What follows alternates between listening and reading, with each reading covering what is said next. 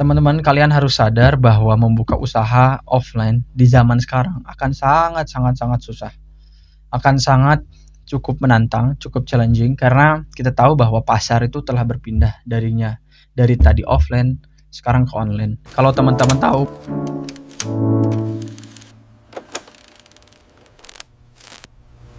sekarang ke online. Kalau teman-teman tahu bahwa valuasi uang atau uang yang berputar dalam sistem online ini, baik di TikTok Shop maupun di marketplace, itu bertriliun rupiah, teman-teman.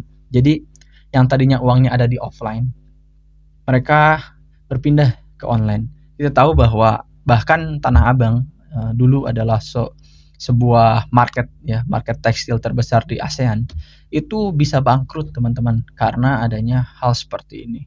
Dan mereka juga tidak mau beradaptasi. Misal kalau mereka bisa maju aja lebih dikit, bisa mulai aja lebih dikit, mungkin kejadiannya tidak akan seperti ini. Mungkin Tanah Abang bisa menjadi sebuah omni channel, jadi toko fisiknya ada dan toko online-nya ada. Kalau mereka mau beradaptasi dari awal, kalau mereka mau mengikuti perkembangan arus lebih awal.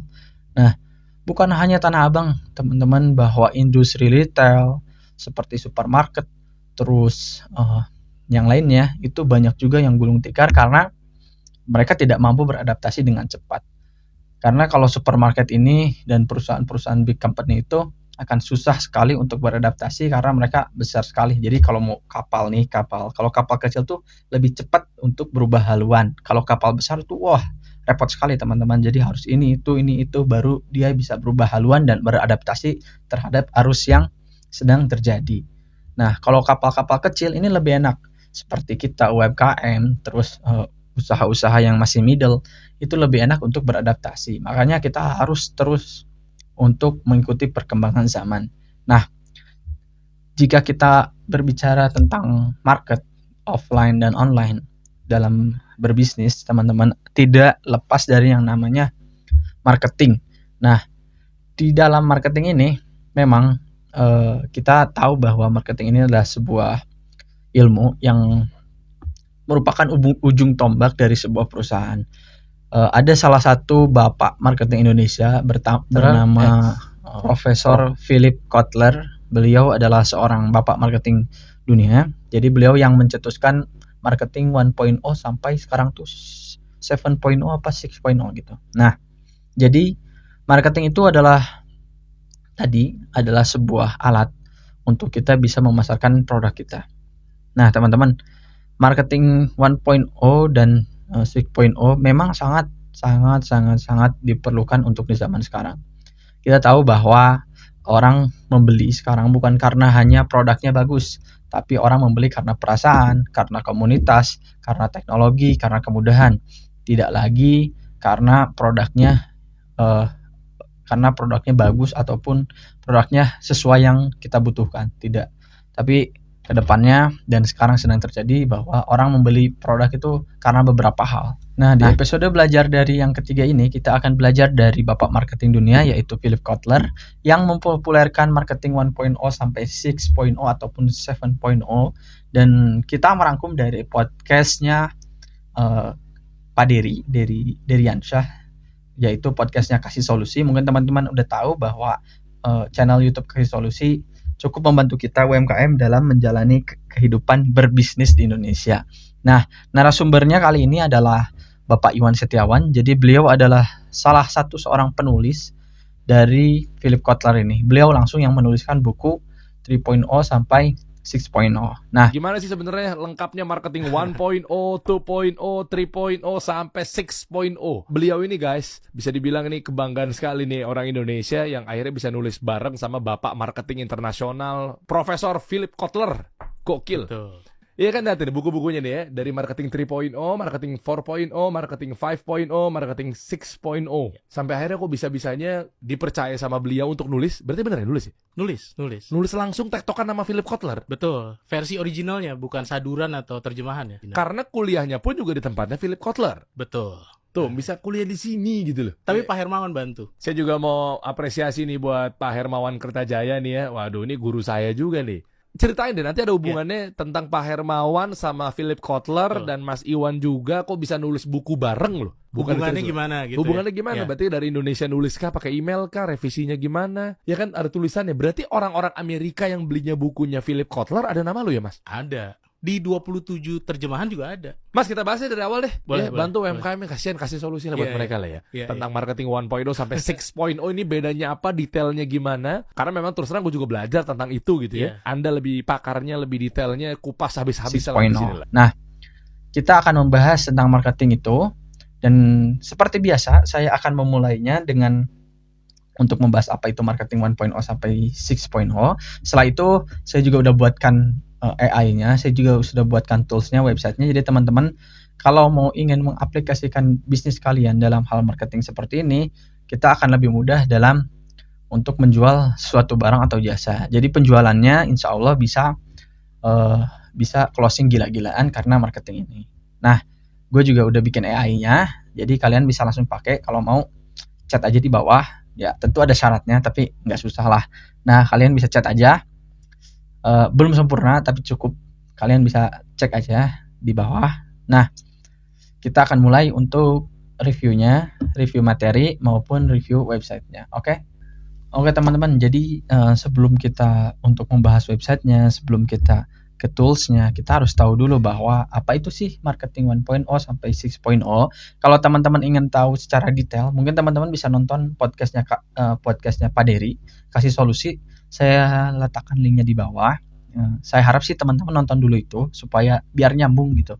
Nanti saya jelasinnya biar nyambung ke website saya. Jadi website ini adalah praktikal. Jadi seperti seperti visi saya bahwa Valify ini akan menyediakan suatu konsep. Jadi teman-teman biar nggak bingung. Kalau udah nonton podcast seperti itu kan suka bingung. Nah, kita bisa langsung aplikasikannya sehingga teman-teman bisa langsung beraksi. Oke? Nah, teman-teman, jadi ini adalah website Valify Media, part of Valify Media. Kita akan belajar dari, ini beliau bernama Philip Kotler. Jadi beliau adalah seorang bapak marketing dunia yang menulis berbagai buku yang lumayan terkenal. Jadi teman-teman bisa cek aja bukunya di Google, banyak. Nah, beliau ini juga sebagai profesor kalau nggak salah di salah satu kampus di Amerika. Nah, di samping sebelah kanan, tentu teman-teman tahu kalau ini adalah Pak Dery ya, Pak Dery kasih solusi, dan di sampingnya ini adalah Pak Iwan Setiawan. Jadi beliau yang mempunyai, beliau yang menulis buku dari Philip Kotler ini. Nah, teman-teman, jadi kita harus belajar dulu nih kita harus belajar dulu nih apa itu marketing 1.0 sampai 6.0 dan 7.0. Jadi teman-teman bisa klik aja ini, pelajari ilmunya. Nah, saya sengaja, jadi sebelum teman-teman ke sini, ke coba Valify AI, teman-teman harus baca dulu ini, pelajari ilmunya. Kalau bisa teman-teman harus nonton dulu podcastnya kasih solusi, sehingga biar gak bingung gitu. Biar gak bingung teman-teman ketika mau memakai tools dari saya ini. Jadi ini untuk praktek. Jadi misalnya kalau teman-teman bingung nih, gue ini udah jualan, gue udah coba buka toko, gue udah coba F&B, gue udah coba buka misalnya seblak ataupun minuman, pancake ataupun brand baju, kecantikan, retail, tapi bingung buat cara masarinnya gimana, buat cara ngejualnya gimana, teknik marketingnya gimana. Kadang rata-rata di UMKM ini yang jadi masalah ini cuma dua. Satu, membesarkan bisnisnya dengan marketing ataupun sales, jadi membesarkan salesnya, revenue-nya dibesarkan, ataupun masalah keuangan, finansialnya, catatan keuangan dan lain-lainnya masih acak-acakan. Tapi sebelum ke keuangan, gue sengaja akan coba di sales dan marketing terlebih dahulu untuk di Valify, karena keuangan agak banyak juga teman-teman. Jadi gue akan coba di marketing dulu karena fokus kita akan meningkatkan sales, meningkatkan awareness, dan meningkatkan revenue per bulan, omset dan lainnya. Nah, evaluasi marketing ini teman-teman, kita dari awal, dari tahun era industri 1950-an, marketing itu hanya fokus terhadap produk teman-teman. Penjelasannya ada di kasih solusi. Nah, hanya fokus kepada produk. Jadi kita punya produk yang bagus nih, misalnya mesin uap kah, atau zaman itu kan mesin uap, ataupun misalnya lampu gitu, itu pasti laku karena komunikasinya satu arah. Jadi wah, gue punya barang ini dijual pasti laku. Nah, itu era industri 1950-an. Jadi dulu sekali itu kan, ini kejadiannya di Amerika dan Eropa. Karena kalau Indonesia kita masih dagang rempah-rempahan, dan masih 1950-an kayaknya masih musim PKI, teman-teman. Soekarno masih nikah terus gitu kan. Pak Harto belum muncul kayaknya ini. Oh, belum. Pak Harto kan 1965. Ngapain gue ngomongin politik. Nah, selanjutnya adalah marketing 2.0. Jadi teman-teman, 2.0 ini di era informasi 1970-an. Jadi sudah ada majalah, koran kalau nggak salah tahun segini. Nah, jadi ini adalah customer centric. Nah, dia akan memposisikan customer ini sebagai raja, mulai dari segmentasi, positioning, fokus, memenangkan hati konsumen. Jadi ngolok, kalau bahasa orang Sunda tuh ngolok tuh apa ya? Membujuk orang. Jadi yang awal kan produk doang nih. Oh, produk gua bagus pasti dibeli karena butuh. Nah, sekarang ini nggak perlu, tidak hanya produknya aja yang bagus, tapi kita harus memenangkan hati si konsumen tersebut. Jadi kita harus merayu bahwa si produk ini harus begini. Nah, untuk jelasnya nanti gue sempilin gue sempilkan contoh videonya, maaf. Nah, terus marketing 3.0 yaitu human spirit. Jadi era 2000-an, bisnis harus punya soul, values, isu lingkungan, kejujuran, dan visi misi menjadi penentu pembelian. Nah, mungkin sampai sekarang di Indonesia 3.0 ini masih sangat relate, teman-teman. Jadi bisnis itu kita harus memperhatikan lingkungan. Jadi kalau misalnya seperti kemarin kasus Aqua.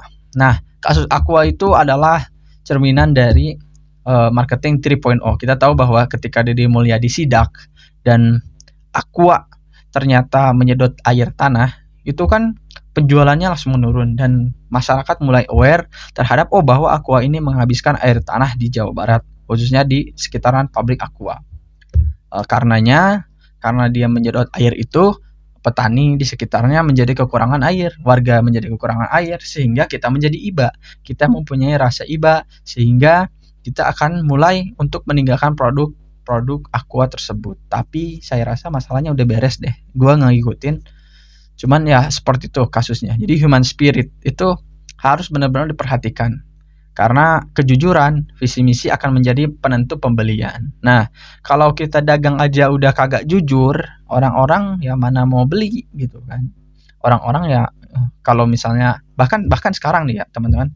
Sekarang ini konten marketing itu akan lebih melihatkan kejujurannya. Jadi apa adanya, kita jualan apa adanya. Kayak gua ini website ya apa adanya, kayak gini gitu. Adanya kayak gini ya adanya ya begini gitu. Gimana sih, adanya kayak gini ya begini adanya. Nah, kayak gitu. Jadi ya harus seadanya, nggak usah dilebih-lebihin, nggak usah dikurang-kurangin. Nah, makanya kan waktu era 1970-an, era 90-an sampai 2000 awal tuh sales tuh bener-bener terlalu melebih-lebihkan. Nah, jadi human spirit ini, kita ini nggak boleh melebih-lebihkan suatu produk gitu. Nah, kalau teman-teman tahu sekarang, sebelum ini kan viral tuh banyak skincare, terus produk kecantikan, produk kesehatan yang overclaim banget gitu. Makanya TikTok kan membatasi bahwa produk yang overclaim ini tidak boleh dijual lagi di TikTok ataupun di Tokopedia. Ya, karena ya overclaim gitu. Kita bisa lihat bahwa ada namanya pil pelangsing. Bisa langsing 1 sampai 2 minggu, kan nggak masuk akal gitu, teman-teman. Nggak masuk akal, nggak ada proyek pelangsing itu 1 sampai 2 minggu tuh nggak ada gitu. Kalau teman-teman nggak makan seminggu baru bisa langsing. Ini coba makan pil doang dan makan tetap sama bisa langsing, kan aneh. Ya kan aneh. Nah, orang-orang juga udah pintar sekarang, pembeli juga udah pintar. Mereka nggak akan beli barang-barang seperti itu. Terus ada skincare anti-aging misalnya. Anti penuaan dalam sekian minggu bisa putih, sekian minggu bisa gini, kan nggak masuk akal gitu, teman-teman. Nggak masuk akal. Sehingga kejujuran itu penting, lingkungan juga penting nih, isu lingkungan. Nah, kita tahu bahwa tadi seperti Aqua kan udah gue jelasin. Nah, terus visi misi juga menjadi penentu pembelian. Kita tahu bahwa perusahaan-perusahaan, terus company ataupun orang yang berusaha itu selalu mempunyai visi misi, baik itu visi misi bagi dirinya sendiri ataupun bagi kebermanfaatan masyarakat. Nah, kita juga udah mulai melihat nih, oh perusahaan ini bagus, dia visi misinya seperti ini. Nah, kalau teman-teman aware, Paragon Group, jadi Wardah Group itu yang punyanya Ibu Siti Nurhayati Sebakat. Visi misi perusahaannya luar biasa. Nah, makanya produknya laku kan sekarang. Wardah menjadi market leader produk kecantikan, skincare dan lainnya, alat hias dan lainnya. Gue cowok sih ya. Nah, benar-benar jadi market leader di Indonesia. Kita tahu bahwa Wardah itu menyumbang dari dana CSR-nya besar sekali. Dan kita juga tahu bahwa di IPB, terus di penerima beasiswa lainnya, Paragon itu menyumbang dengan sangat dermawan. Makanya Wardah ini, Paragon Group ini menjadi market leader di Indonesia. Oke. Nah, selanjutnya adalah ada 4.0, yaitu moving to digital. Nah, pergeseran dari tradisional ke digital, 5A customer itu aware, apparel, act, advocate itu kekuatan komunitas dan viralitas.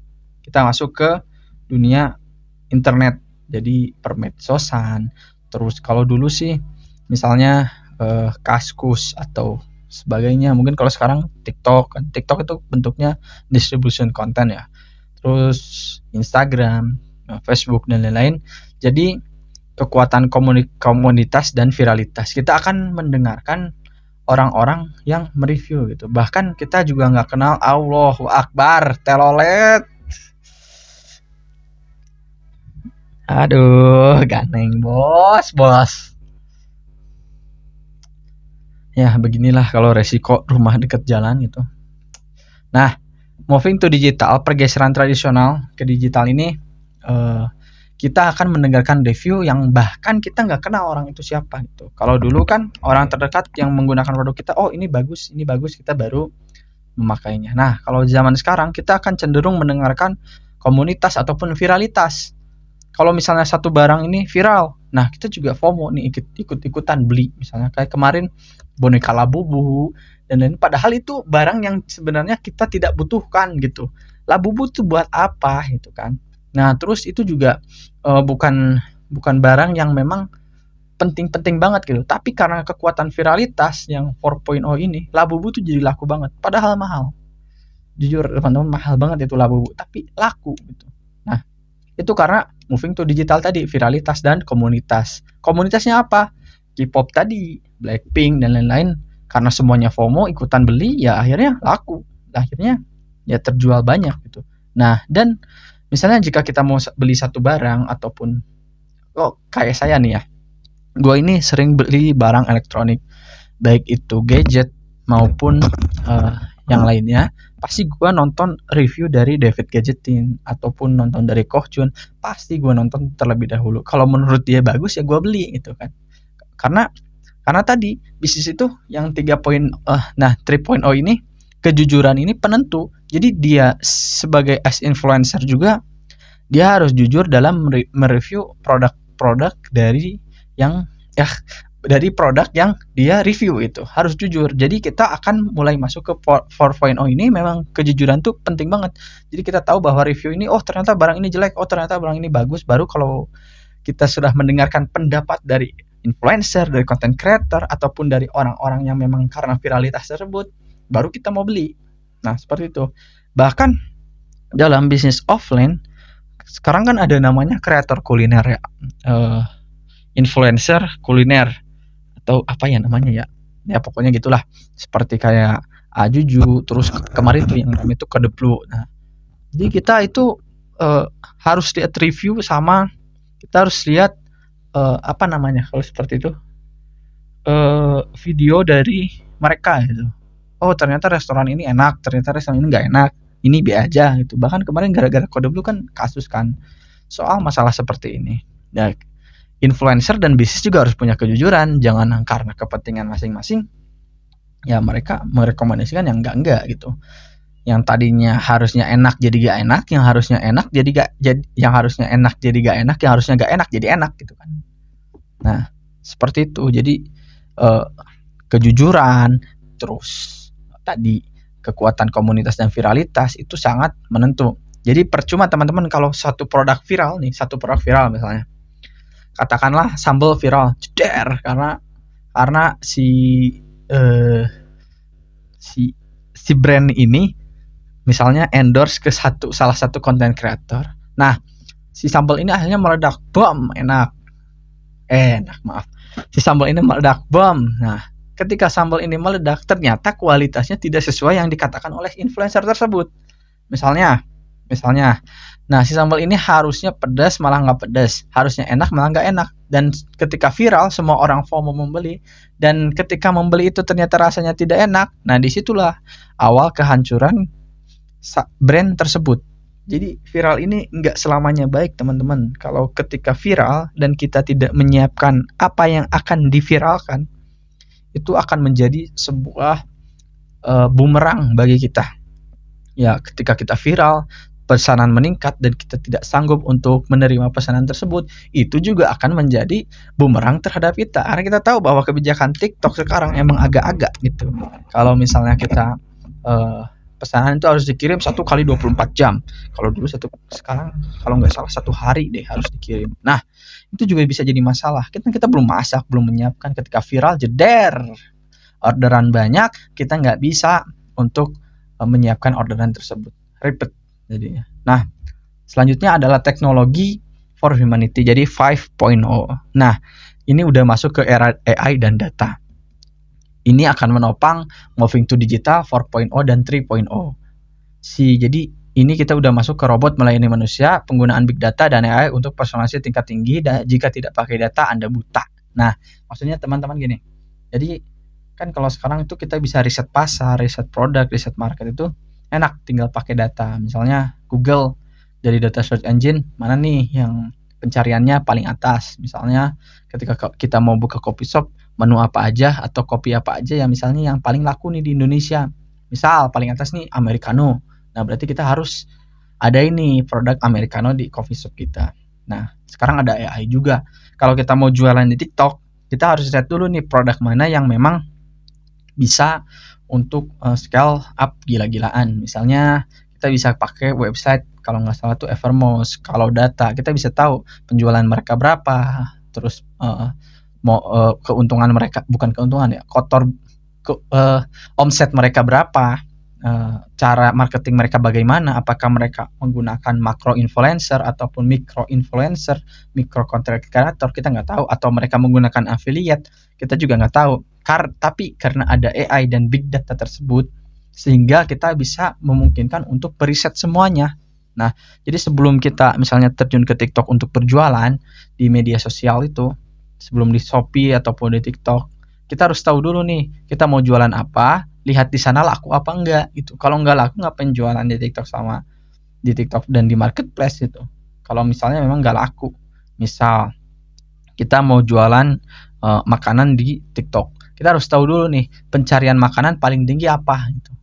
Yang nggak mungkin juga kita jualan telur di TikTok gitu kan. Telur kan susah untuk pengiriman dan lain-lainnya, makanya nggak laku gitu. Ataupun beras udah banyak, cuman kemasan kecil. Kalau misalnya 50 kilo kan susah juga ngirimnya, dan penjualannya juga nggak akan bagus.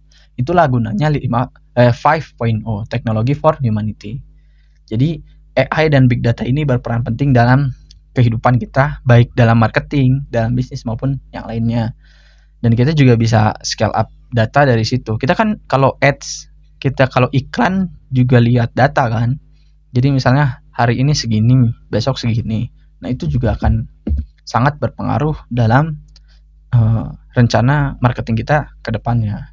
Jangan sampai udah terjebak dalam lubang, besoknya lagi ketemu lubang, terjerumus lagi, terjebak lagi, nggak boleh.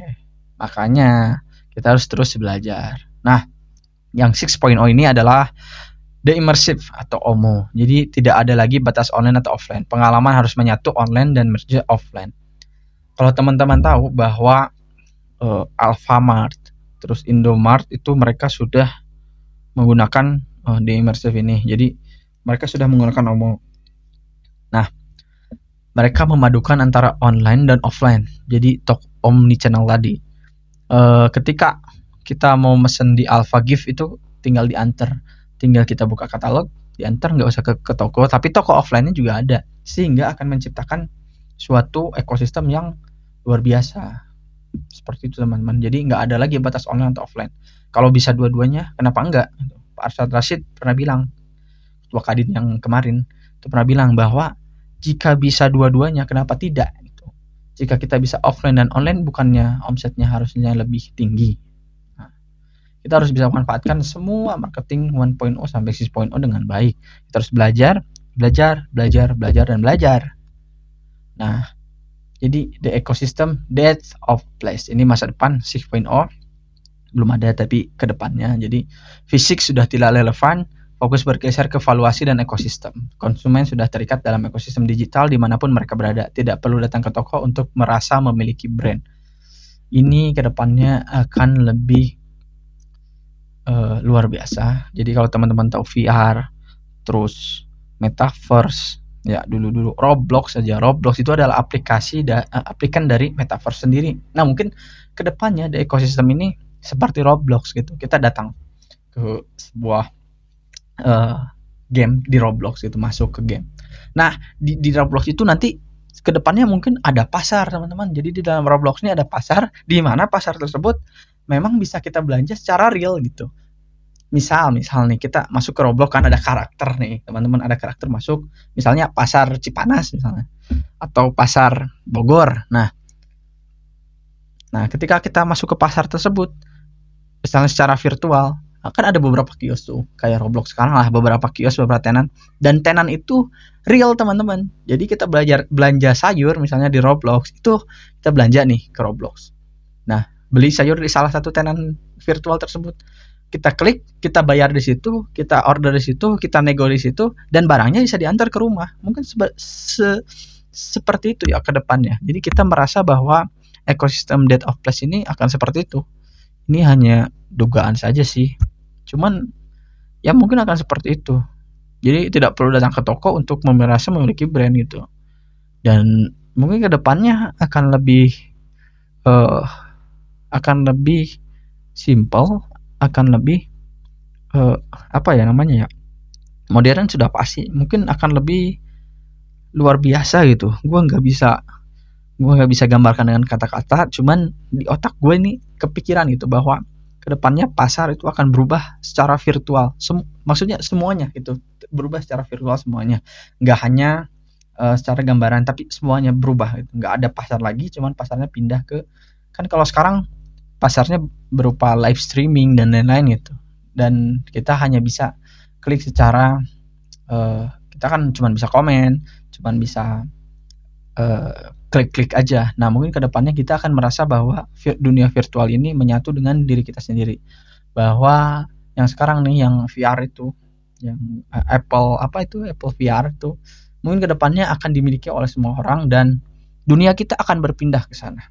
Ya, tidak dipungkiri bahwa sektor-sektor real seperti, ya kalau misalnya bisnis yang membutuhkan sentuhan fisik ya tetap ada, seperti cukur rambut itu, barbershop ya tetap ada. Terus misalnya karena kita harus datang ke lokasi kan. Nah, kalau pertanian ke depannya ya tetap ada karena kita harus tani gitu. Cuman model dari pertanian ini mungkin akan berubah. Kan sekarang ada tuh di Cina tuh pertanian yang vertikal. Jadi gue gak habis pikir bahwa pertanian itu di dalam gedung gitu. Di dalam gedung vertikal luas banget dan hasil panennya juga luar biasa. Hasil panennya juga melebihi beras-beras yang ada di sawah biasa itu. Dan mereka juga udah nggak mengandalkan sinar matahari gitu. Mereka mengandalkan sinar UV atau apalah. Gua gak ngerti. Cuman ya mungkin kedepannya akan seperti itu dunia pertanian. Dan gue nggak tahu kedepannya utopia atau distopia, gue juga nggak tahu. Cuman yang pasti kita harus tetap beradaptasi, kita harus tetap untuk bisa beriringan dengan zaman. Ya mengerikan tapi cukup menantang dan challenging. So ya manusia hanya bisa berencana.